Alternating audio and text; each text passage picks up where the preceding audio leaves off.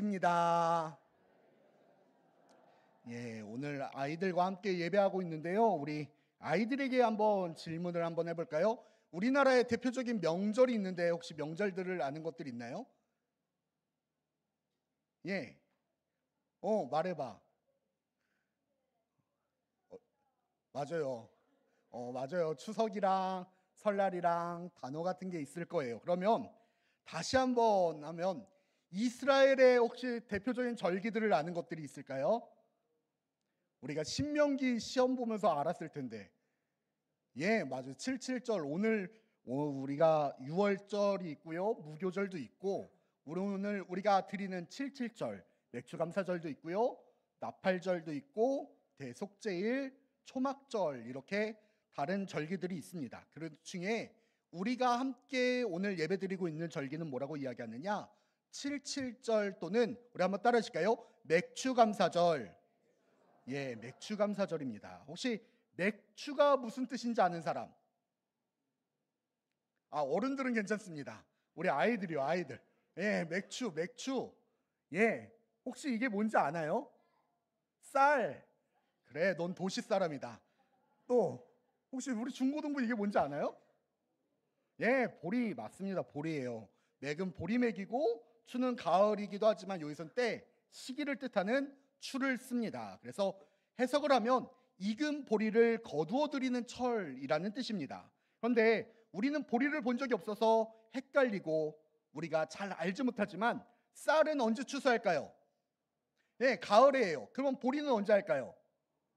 봄에 합니다. 봄, 여름. 지금 이 시기가 보리를 추수하는 시기이지요. 이스라엘에는 크게 두 가지의 추수가 있는데 봄에는 밀과 보리를 추수하고 가을에는 포도, 무화과, 올리브 나무들의 열매들을 추수한다고 합니다. 그래서 맥주감사절은 봄의 절기로 지키는, 우리나라 달력으로 하면 5월에서 6월 중순 정도 해당되는 절기이기도 합니다. 이 맥주감사절을 이스라엘 백성들이 지키게 된 이유는요, 이스라엘 백성들이 400년 동안 이집트의 노예에서 살고 40년을 방황하다가 드디어 하나님이 아브라함에게 약속하신 젖과 꿀이 흐르는 땅, 모든 것이 풍족하고 풍부한 땅인 가나안 땅에 들어가 첫 열매를 하나님께 감사함으로 드리기 위하여 지켰던 절기였습니다. 이스라엘 백성들이 가나안에 오기 전에 어디에 있었을까요? 광야에 있었습니다. 이게 광야의 모습이에요. 광야는 척박한 땅이었습니다. 농사를 짓는 것이 애초부터 불가능한 땅이고 그곳에서 물을 구하는 것만으로도 감사한 땅이었습니다. 그런 곳에 베두인이라는 사람들이 살고 있었지만 그들은 농사를 짓는 사람들이 아니고 유목민족이기 때문에 언제나 어디서나 왔다 갔다 하면서 그 땅에 머물지를 않았습니다. 그래서 이 40년 동안 광야에서 산다? 이건 하나님의 은혜가 아니면 살 수 없었습니다. 그래서 하나님이 이 광야에서 이들에게 내려주신 하나님의 음식이 있었는데 혹시 기억나나요? 만나와 메추라기였습니다. 그들은 안식일을 제외한 모든 날에 매일같이 만나와 메추라기를 하나님으로부터 얻었습니다.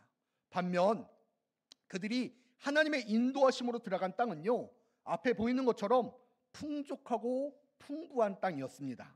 광야에서 살아가던 이스라엘 백성들에게 가나안 땅은 언제나 풍족하고 풍부한 곡식과 열매들이 가득했습니다. 지금 가나안에 들어간 이 세대는요, 한 번도 이렇게 풍족하게 자신들이 음식을 먹었던 적이 없었습니다. 그렇기에 이렇게 넘치도록 부어주시는 하나님의 은혜에 감사함으로 넉넉하고 풍족한 곡식을 주심에 감사함으로 추수할 수 있음에 하나님께 감사함으로 드리는 절기가 뭐였다고요? 맥주감사주일이었습니다. 이때 하나님께서 이들에게 맥주감사주일을 지키면서 한 가지 당부하셨던 것이 있었는데, 오늘 우리가 읽었던 본문 말씀인데 새 한글 성경으로 우리 함께 한번 읽어보도록 하겠습니다. 함께 읽겠습니다. 너희 땅에서 난 것을 거두어 드릴 때에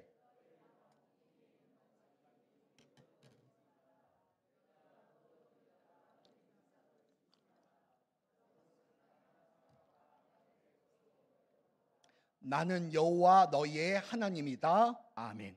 이스라엘 백성들에게 하나님이 무엇을 당부하셨나요?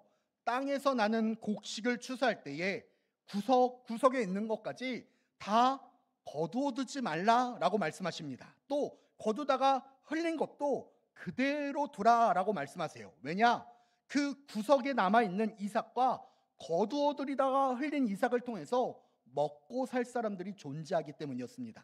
근데 이건 간단한 문제가 아니에요. 그러면 내가 무엇이 사라지느냐? 내가 더 가질 수 있는 것이 사라집니다. 내가 더 가져갈 수 있는 것이 줄어들게 돼요.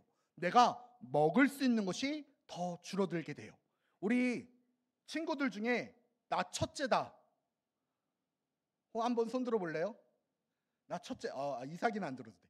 나 첫째다. 나 친구가 아니잖아. 나 첫째다. 나 첫째다. 우리 첫째들을 만약에 여러분들이 갖고 싶은 것이 선물이 하나 있었는데 그게 49,000원짜리야. 근데 할머니가 5만 원을 주시고 1,000원은 꼭 동생 줘라 라고 이야기하셨어요. 그리고 마트에 갔다가 선물을 사서 돌아오는 길에 너무 목이 마른데 음료수가 1,000원이야. 그러면 여러분들은 그 1,000원을 먹을까요? 아니면 동생을 줄까요? 예. 다 웃는 거 보니까 먹을 건가 봐요. 예. 내 것을 빼앗기는 것, 내 것을 놓치는 것, 이거 쉬운 일이 아니거든요. 맥주 감사 주일날 가난한 사람 나그네를 위하여 남겨두라 말씀하신 이 말씀 앞에 우리는 하나님, 우리가 왜 그렇게 해야 되나요? 라고 질문할 수도 있어요. 지금 보리를 곡식을 추수하는 사람들은 누구냐? 한평생 그 1년 동안 열심히 밭을 갈고 씨를 뿌리고 땀을 흘렸던 결과였기 때문이었어요. 내가 밭을 갈았고 내가 농사를 지었고 내가 수고했는데 아무 일도 하지 않은 사람들을 위하여 나의 곡식을 남겨두라 라고 말씀하시니까 억울할 수도 있습니다. 그러나 목사님이 본래 이야기했던 것처럼 그들은요 이집트에서 노예 생활했던 사람들이었어요. 그리고 40년 동안 광야에서 하나님의 도우심을 받았습니다. 가나안에 들어와서 농사를 짓고 풍족하게 누릴 수 있는 것도 하나님의 은혜가 있었기에 가능한 일들이었습니다. 그렇기에 그 모든 결과가 하나님의 것이었어요. 때문에 하나님은 감사절을 통하여 하나님의 은혜를 기억하며 감사절을 통하여 내 이웃을 사랑하라 라고 말씀하시고 지금 그들에게 이것을 지키기를 당부하고 계시기 때문이에요. 마찬가지로 하나님은요 내가 성공하고 잘되고 높아지고 원하는 것을 이루며 수고한 결과로 기뻐할 때 혼자만 기뻐하기를 원치 않으십니다. 우리가 성공하고 잘되고 높아지고 이룰 수 있는 것은 하나님의 도우심이 언제나 있었기 때문이에요. 그렇게 나만 기뻐하고 나만 즐거워하는 것으로 끝나는 것이 아니라 우리 주변에 있는 사람들을 배려하고 이루지 못한 사람들을 위로하고 얻지 못한 자들을 생각하며 누리지 못한 자들의 마음을 이해하는 것, 이것이 오늘 맥주 감사주의를 지키며 우리가 하나님이 우리에게 당부하고 계시는 말씀이라는 거예요. 우리나라 속담 중에 이런 말이 있어요. 슬픔을 나누면 어떻게 될까요? 반이 되고 기쁨을 나누면 배가 된다라고 이야기합니다.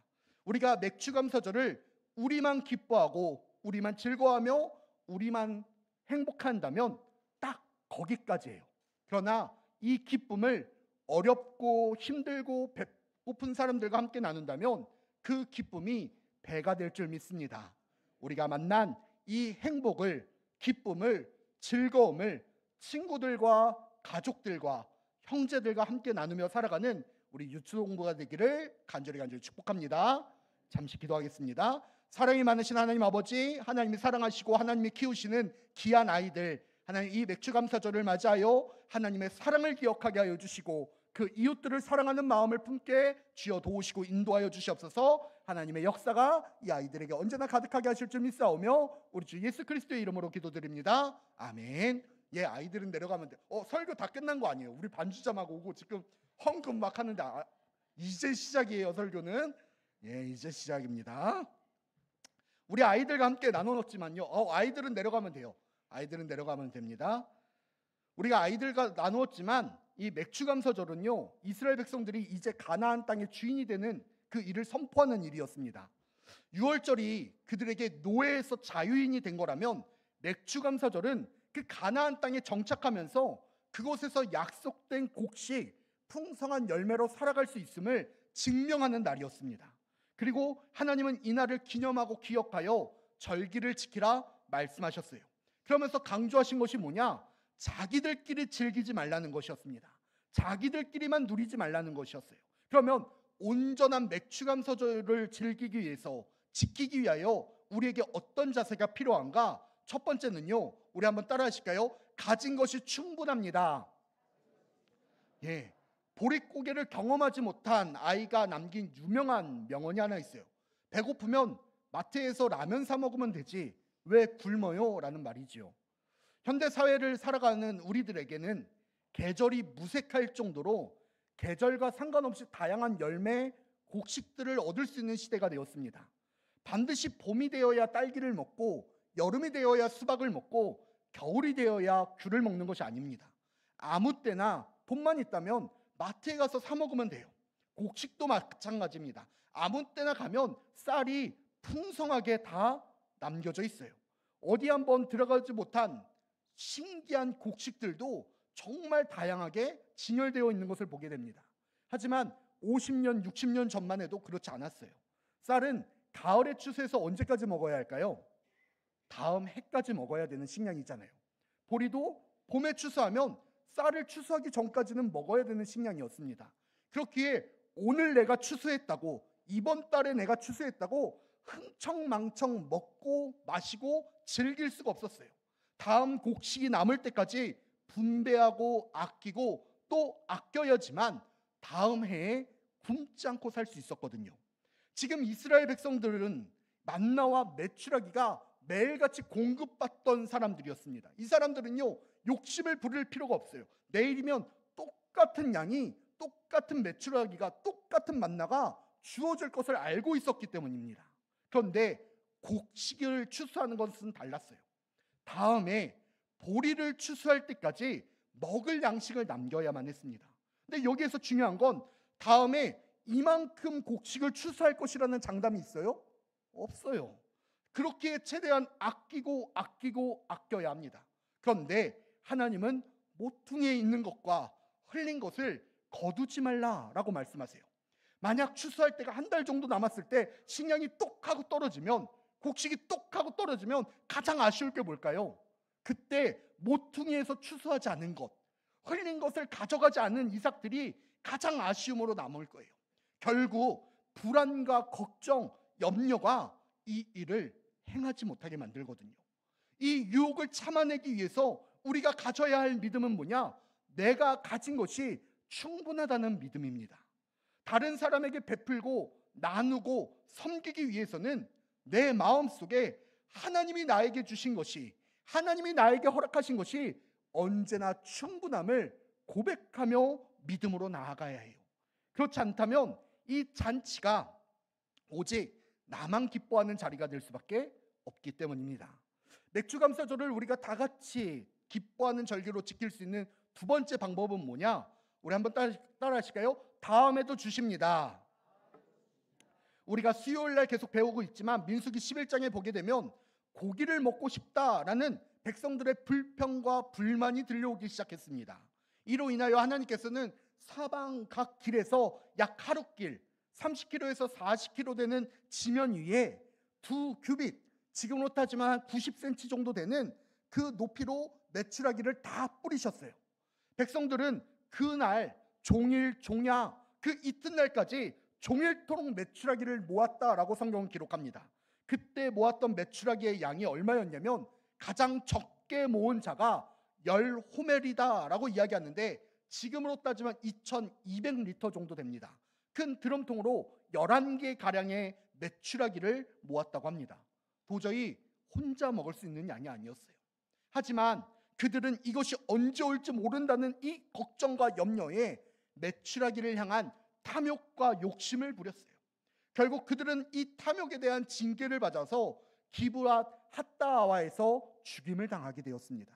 아마 메추라기가 만나와 같이 내일 또 내린다라는 것을 알았더라면, 그것을 믿었더라면, 필요한 만큼 하나님이 또 부어주실 것이라는 것을 믿었더라면 그렇게 미련한 행동을 하지 않았을 거예요.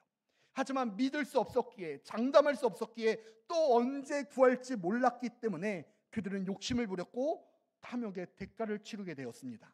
농사도 마찬가지예요. 농사를 짓고 창고에 곡식을 쌓아 올리는 이유는요, 모퉁이에 있는 그 모든 곡식을 다 베어가는 이유는, 떨어뜨린 이삭까지도 다 수거해 가는 이유는 내년이 어떻게 될지 모르니까요. 풍년이면 풍년이어서 쌓아두고 흉년이면 흉년이어서 쌓아두는 겁니다. 어찌 될지 모르니까요. 이게 교회도 마찬가지인 것 같아요. 교회 재정은 모든 것을 다 흘러보내는 것이 대원칙입니다. 우리가 사업을 하는 그룹도 아니고 영리를 취하는 것도 아니고 우리가 이곳에서 부자 되고자 하는 것도 아니니까요. 그런데 불안, 걱정, 염려가 문제인 거예요. 그래서 쌓아두고요, 모아둡니다. 쓸 곳도 없으면서 계속해서 모읍니다. 그러다가 결국 사고가 나는 거예요. 욕심과 탐욕이 그 돈을 가만히 두지 않으니까요. 그렇기에 주신 분도 하나님이시고 가져가는 분도 하나님이시며 채우실 분도 하나님이시라는 이 믿음이 우리에게 존재해야 될 줄 믿습니다. 믿음이 있어야 흘려보내고 선교도 하고 이웃도 돕고 사랑도 할 수 있는 거니까요. 마지막으로 이 감사절기의 기본은 뭐냐? 우리 한번 따라하실까요? 이웃을 사랑해야 합니다. 레위기를 보게 되면요, 이스라엘 백성들이 드려야 되는 이 제사의 종류 중에 화목제가 나옵니다. 화목제는 크게 세 가지가 있어요. 감사제, 서원제, 자원제입니다. 감사제는 말 그대로 하나님께 감사한 일이 생겼을 때, 서원제는 내가 하나님께 서원을 할 때, 자원제는 특별한 이유가 없어도 하나님께 감사와 사랑을 표현하고 싶을 때 드리는 제사입니다. 그런데 이 화목제가 특이한 점이 하나 있는데, 다른 번제와 다르게 이 봉헌하는 자가 하나님께 드린 예물을 먹을 수 있는 유일한 제사가 화목제입니다.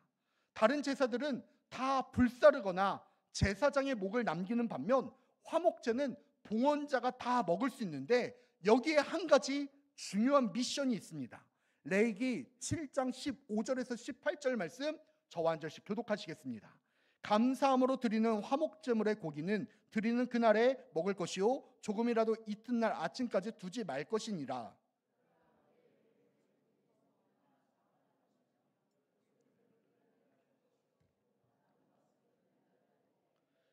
그 제물의 고기가 셋째 날까지 남으면 불사를 지니, 만일 그 화목제물의 고기를 셋째 날에 조금이라도 먹으면 그 제사는 기쁘게 받아들여지지 않을 것이라.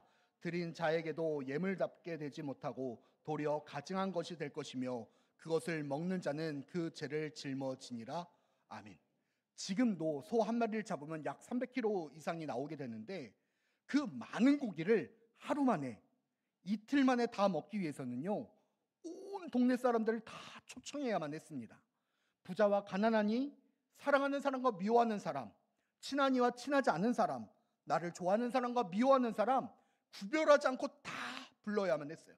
마을 잔치 정도가 될 정도가 아니면 이 고기를 하루 만에, 이틀 만에 다 소화시키지 못합니다. 그래서 화목제는요, 특이하게 세를 받지 않았어요. 그 세로는 이웃과의 화목을 이룰 수 없기 때문이었습니다.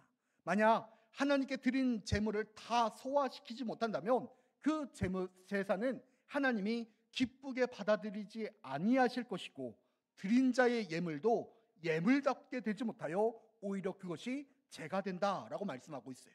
심지어 서원제와 자원제와 다르게 감사제는요, 하나님의 은혜를 기억하며 감사하는 드리는 자는요, 하루 만에 이 모든 고기를 다 먹어야 됐어요. 왜냐하면 하나님이 오늘 우리에게 주신 감사는 매일매일 새로워야 했으니까요. 어제의 감사를, 그제의 감사를, 한 달 전의 감사를, 1년 전의 감사를, 10년 전의 감사를 여전히 고백하는 것이 아니라 오늘 감사하는 마음으로 하나님의 신앙을 품고 가야 되기 때문에 하루 안에 다 먹으라 말씀하셨어요. 하루 안에 이것을 다 먹는 것은 불가능한 일이었습니다. 그래서 감사의 제사는요, 하나님과 화목해지는 것도 있지만 이웃을 사랑하고 이웃과의 관계가 회복되며 이웃과 화목해질 수밖에 없는 모습을 가지게 돼요. 그렇지 않고서는 하나님께 온전한 감사를 드릴 수 없기 때문이었습니다. 사랑하는 우리 불꽃교회 성도 여러분, 감사의 예배는요, 하나님이 나에게 주신 일들에 감사하고 기억하고 드리는 목적도 있지만 한편으로 하나님이 사랑하시고 기억하시고 눈물 흘리는 그 영혼들을 향한 우리의 시선이 담겨져 있는 예배이기도 합니다. 결코 우리만 기쁠 수 없고, 결코 우리만 행복할 수 없고, 결코 우리만 즐거울 수 없는 예배임을 성경은 분명하게 말하고 있어요. 그래서 저는 사실 오늘 예배를 준비하면서 약간 마음이 무겁습니다. 이 설교를 준비하면서, 이 절기를 기획하면서 1년 연간 계획표를 보시면 알겠지만, 이번 맥주감사주일에는 우리 주변에 계신 분들과 함께 어르신들과 이웃들을 초청해서 여름도 다가오니까 함께 식사를 한번 했으면 하는 마음이 있어서 준비했습니다. 사실 오늘 말씀과 딱 맞는 이야기잖아요. 제가 6월 달 동안 함께 우리가 살펴봤던 전도의 모습과도 똑같은 모습이고요. 그런데 그러지 못했어요. 제가 만나 뵙고 또 관계를 맺고 계속 끈을 이어나가야 됐는데 올해는 그게 좀 어려웠습니다. 그래서 다시 기도하고 준비했으면 좋겠습니다. 내년에 우리가 이 맥주감사절을 맞이할 때 이 맥주감사주일이 우리만 행복하고 즐겁고 기쁜 날이 아니라 우리의 이웃들에게 조금이라도 희망이 되고 소망이 되며 기쁨이 될 수 있는 예배가 되기를 간절히 소망합니다. 이 일들을 가능케 하기 위해서는요, 우리가 오늘부터 우리의 이웃들과 화목해져야 합니다. 우리가 우리의 이웃들을 만나고 인사를 나누며 그들의 어려움을 듣고 항상 기뻐하고 슬퍼할 수 있는 시간을 가져야 돼요. 그렇게 1년 동안 함께 이 일에 동참하고 우리가 이 절기를 다시 드렸으면 좋겠습니다. 그리하여 내년에 드려지는 우리의 이 맥주 감사 예배가 하나님을 사랑하고 이웃을 사랑하는, 그래서 하나님의 제일 되는 계명을 지키며 나아가는, 그리하여 하나님이 축복하시고 하나님이 기뻐 받으시는 하나님의 맥주 감사 주일이 되기를 간절히 축복합니다.